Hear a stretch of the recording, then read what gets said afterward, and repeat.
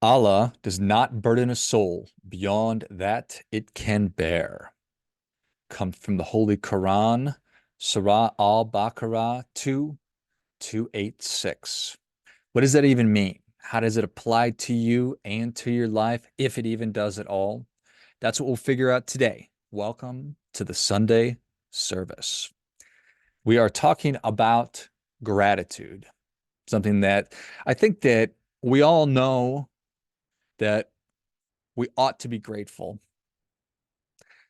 And I think that when we're reminded of that, then we think, yep, I'm going to start a gratitude practice. And I'll just speak for myself that I have the best of intentions to think about what I'm grateful for consistently. But unless I have some kind of a mechanism in place to do it, then I forget about it. And what has helped me immensely with that is journaling. And when I consistently journal, I go through different prompts, and gratitude is always one of those things. I don't want it to be like goal setting, where I know how important goal setting actually is, but I never do it. And that was for massive portion of my life, was intellectually understanding how important goal setting is, but then never actually doing it. And it's certainly a recurring theme and something which is extremely human. It's, I mean, there's fewer things more human than that, of knowing this is very beneficial to me and doing it would make my life so much better. And I feel so great when I do it and it's working perfectly. So I'm going to go ahead and stop doing it. So very human of me, potentially very human of you. So talking about gratitude, but more importantly, gratitude in adversity. It's a lot easier. It's fairly easy to be grateful when things are going our way, when we're flowing and we're getting all the bounces and everything is working. That's easy. Still tough to do, but it's really hard to be grateful when things are not going our way. When we're sick, when loved ones are sick, when we're broke, when bad things happen, which happen all the time. That's life. Dealing with suffering and pain and badness. So dealing with having gratitude in adversity. And so I wanted to go to the Quran for this, because I think that there's so much wisdom and so much to be learned and so much that can benefit everyone. So in the Quran, concept of gratitude is expressed through the term shakur. It's Shukr, shukr. Apologize for my pronunciation, but it is considered gratitude to be a fundamental aspect of the believer's relationship with Allah or God, and is closely tied to the acknowledgement of the blessings and favors that Allah, God, bestows upon the believers. The Quran emphasizes the importance of gratitude, shukr, and encourages believers to be thankful for all of the blessings that they receive. It's seen as a way to increase contentment and foster a positive outlook in life. So I think that that is a definition or thought approach to gratitude that can all certainly agree with. It's a way to increase our level of contentment and have a positive outlook.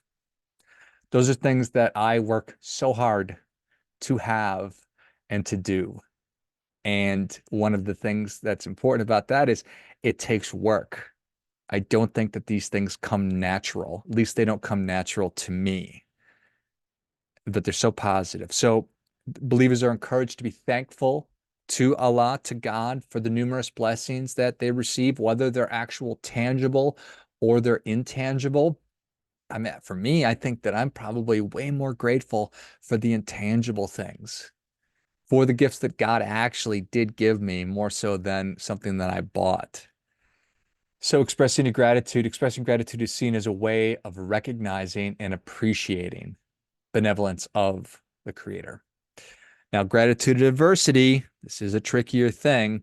And the Quran certainly acknowledges that life is filled with adversity and challenges and tests. But even in the hardest times, believers are encouraged to maintain that attitude of gratitude. And the ability to be thankful in adversity is considered a sign of faith and resilience. This is a major and really important theme, which is known as SABR or SABR. It's literally endurance, perseverance, and persistence. So, what a wonderful word that is. One of the two parts of the faith, it teaches to remain spiritually steadfast and to keep doing good personally and for everyone, especially when we are facing hard times. When life throws curveballs our way, bad things happen, unwanted things happen. It's the patience in the face of adversity and pain and suffering. That's what it's all about. The Quran suggests that expressing gratitude leads to an increase in blessings. So the more grateful we are, the more blessings we're going to receive. In Surah Ibrahim 14:7, it's mentioned, if you're grateful, I will surely increase your favor. But if you deny, indeed, my punishment is severe. So gratitude is seen as a form of worship in Islam. Recognizing and being thankful for the blessings bestowed upon us by Allah is considered a way of fulfilling one's duty to worship and serve the Creator. Gratitude is believed to have a positive impact on our well-being. Focusing on positive aspects of life and being grateful, we're encouraged that then leads to a greater sense of contentment and humility, and it fosters a really positive perspective or outlook on things. Think about how important that is. I think that that is it's a massive differentiator between people. You know plenty of people, and so do I, that are just negative, where things never quite right. It's like the princess and the pea. It's like, gosh, this little thing, this tiny little thing, I can't even feel it anymore, but I know it's there, and it just wrecks my day. And we also know people who are positive. We have a charge, right? And I don't know if it's an electron, but it's a positive or negative charge. You don't want to see me do math on the fly. You certainly do not want to see me do science on the fly either. So anyway, you get the idea. While gratitude towards Allah is emphasized, the Quran also encourages believers to express gratitude to other human beings. So, not just to be grateful to God, but to be grateful for those in our lives, those we come across. Act of kindness and support and being generous to others, that should be celebrated. You should call it out, you should acknowledge it, and we should most definitely appreciate it. So overall, the Quran encourages believers to develop a mindset of gratitude, recognizing the importance of being thankful for both the obvious and the subtle blessings that we receive. It's a transformative attitude that can just deepen our spiritual experience, our connection to the Creator, and make us happier people. You know, how you look at something makes all the difference. And if you're able to take a positive outlook and view in the face of terrible things, wow, what a wonderful skill, ability that is. And I think that it truly is. I think that the practice of gratitude is a muscle, it's a skill like any other. You might be wired more to the positive than you are the negative, or vice versa. But I think, like so many things, like so many other abilities and skills, they can be learned, strengthened, nurtured, fostered, all of those things. And if we don't exercise them or use them, they will atrophy. We will forget how to do them. We can certainly lose them. So being grateful, having a positive outlook, and a positive perspective on things. Nothing guarantees anything, but that's going to lead to a more contented life. Allah teaches that if we are grateful, He will increase His favor upon us. This is a powerful reminder of the transformative nature of gratitude as we express thanks. We believe in the promise of Allah and witness the abundance of His blessings in our lives. So that's nothing but a positive thing. Every act of gratitude is thought of as an act of worship as well. In Surah Al-Baqarah, Allah calls us to remember Him and to be grateful. By recognizing and appreciating the blessings in our lives, we fulfill our duty of worship. Let our gratitude be a means to strengthen our connection with Allah. God reminds us that gratitude leads to an increase in favor. It's not just a promise, it's a profound truth. So the more we cultivate gratitude, we not only move closer to God, to Allah, but also we experience a positive increase, or rather, so many positive effects on our lives. Again, gets us closer to contentment. It gives us that healthy, positive perspective and attitude and outlook, good or bad. So important to, again, not only express it towards God, but also to our fellow humans. So one of the main ideas is that it's important to remember that God is not going to burden you or give you anything that you can't handle. So the language specifically says that Allah does not burden a soul beyond its capacity. So it's giving you challenges knowing that you can handle it. And even in challenges, expressing gratitude for the strength that God has given to you is a really important thing. It's through difficulties. That's when our faith is tested. It's easy to be a believer when things are going awesome, just like it's easy to be grateful when things are going awesome. But how do we hold up when things are not going great? And that's the test. That is sabr. Sabr. Well, it's true that the more grateful we are, the more blessings that we will receive. It's also believed that being ungrateful will lead to punishment. In Surah Ibrahim 14:7 says that, it tells us that if you are grateful, I will surely increase your favor, but if you deny, indeed, my punishment is severe. Sinan said that Muhammad said, wondrous are the believer's affairs. For him, there is good in all his affairs, and this is so only for the believer. When something pleasing happens to him, he is grateful, and that is good for him. And when something displeasing happens to him, he is enduring. Sabr, and that is good for him. Muhammad is reported to have said, no one had ever been given anything better than sabr. So the ability to endure, to persist in the face of badness, harshness, negativity is one of the greatest gifts that has been given. I find, I mean, I find that that's so powerful, and I couldn't agree more.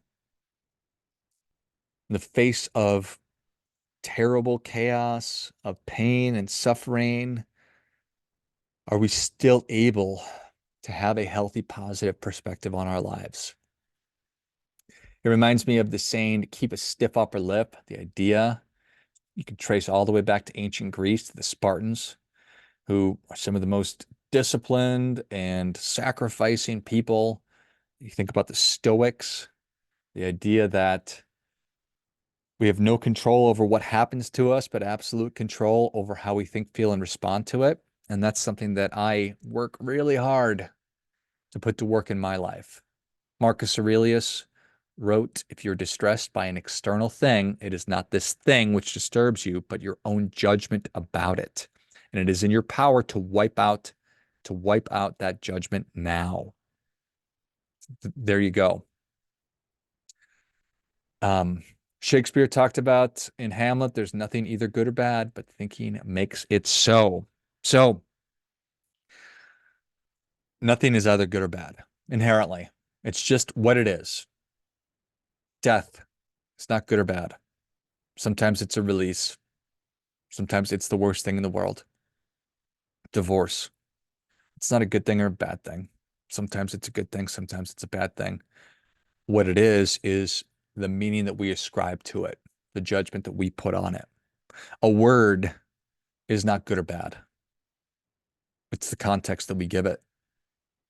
That's what makes it so. There's nothing either good or bad, but thinking makes it so. It's not easy to be grateful in good times. It's really hard to be grateful in bad times, to keep things in perspective. It's so hard for me. It's hard for everybody. And that's something I work hard at. Try to keep it in front of me as much as I can. So how do you do it? How do we actually do it? The attitude of gratitude and other platitudes are, in fact, vapid and pretty cheesy, that's what you think of them, then that's what they'll be. Or you can lean into it. Lean right into it. Recognize that gratitude is a superpower. It's one of the most timeless practices of the human experience and of human existence. I've just been talking about the holy book, the Qur'an, and how important these teachings are in Islam. And that's practiced by billions of people on planet Earth. So, such an impactful thing. But how do you actually do it? How do you actually do it?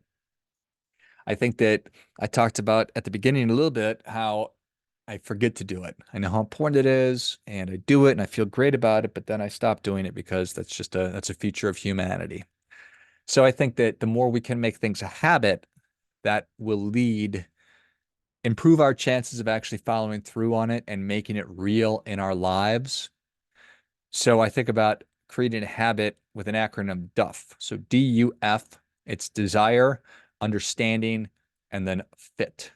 So the desire piece is pretty easy. Do you want to do it? Do you want to practice gratitude? Yes. Do I understand how?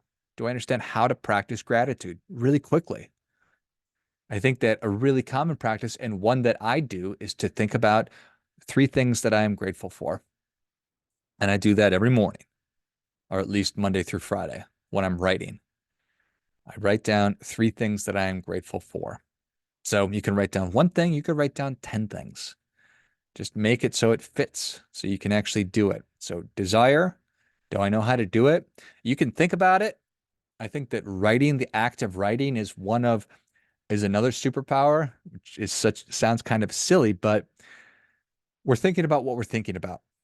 And thinking, like gratitude, is a perishable skill and a skill that we can improve and strengthen and get better at. So I would encourage you to write it down. Write down three things that you're grateful for. Even if it's, I'm grateful for I'm healthy. I'm grateful that I'm awake and alive. I'm grateful for my kids or my mom or my dad, or I'm grateful for these delicious pancakes I just ate. It doesn't matter. Just that you're doing it. That's what matters. And then fit. So it's desire, it's understanding, and then it's fit. So a lot of the wisdom around forming habits talks about look for things you're already doing and then figure out how this new habit can piggyback or fit in to this routine. So a habit is I wake up every morning. I have a habit of doing that. And I've been doing that for 45 years. Have I ever just slept through an entire day? I don't think so. That's an interesting conversation to have potentially down the road, but I wake up every day. And then I have my routine. So what do I do? I have coffee, I shower, I go to the bathroom, I get dressed, I get the kids ready, I exercise, I stretch. So I'm brushing my teeth. Where does that fit? So for you, maybe you can figure out when you open up your computer or you actually sit down to start your day, that's when you do it. Okay. I love the idea of a masterpiece day. I wish I could attribute it to the person who taught me about it. But the idea is simply that what does a perfect day look like for you? What does a perfect day look like? Now, we have a lot more control over the beginning of our days and the ends because we're normally at home. Okay. Things are quieter at 6 a.m. and 8 p.m. or 6 p.m., whatever. You get the idea. And that's where you can really build in things that you want to stick. If you try to create a habit at 11 o'clock or 2 o'clock, I think that's going to be a lot harder because you're right in the thick of it. Stuff's coming your way. You're getting emails, you're getting messages, you're getting phone calls. Stuff. There's just more stuff. There's chaos. But if you can create a masterpiece day and then bookend, that's where I would fit gratitude in. It's either in the morning or in the evening. I think that if you can get a journal, I think that writing and journaling is one of the most important things that we can do. Creates better thinking. So get a journal that you really like. Like get that you really like, that you like to keep, that you like to look at, that you like to pick up, you like to touch, you like to turn the pages. Make it your favorite color or your favorite patterns or favorite material, whatever. Don't overthink it. Get one that you actually like, that you want to take around with you. Get a pen or a pencil that you really like, or that you really like writing with. For me, I figured out that I really like and write with the cheapest possible pencils. So, or pens rather.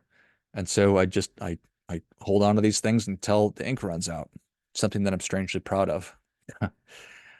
So get a pen that you like to write with. It could be a fancy pen. Doesn't, who cares what I think? Get a super fancy pen if that's what you like. Get a cool pen. Get something with Darth Vader on it, Boba Fett, or the Teletubbies, whatever you're into. So much value. Um, if you don't have a copy of the Lifeblood Daily Journal, I encourage you to get your copy of the Lifeblood Daily Journal. You could do that right on the homepage of lifeblood.live is where you can find that. We sell them on Amazon, so you can find it there as well. Anyway, so will it work for you? Will practicing gratitude make your life better? Will it change your perspective? Will it lead to greater satisfaction and contentment? I think that it will. But why not try? Take it like you mean it. Allah does not burden a soul beyond that it can bear. Powerful. Powerful. As always, do your part by doing your best.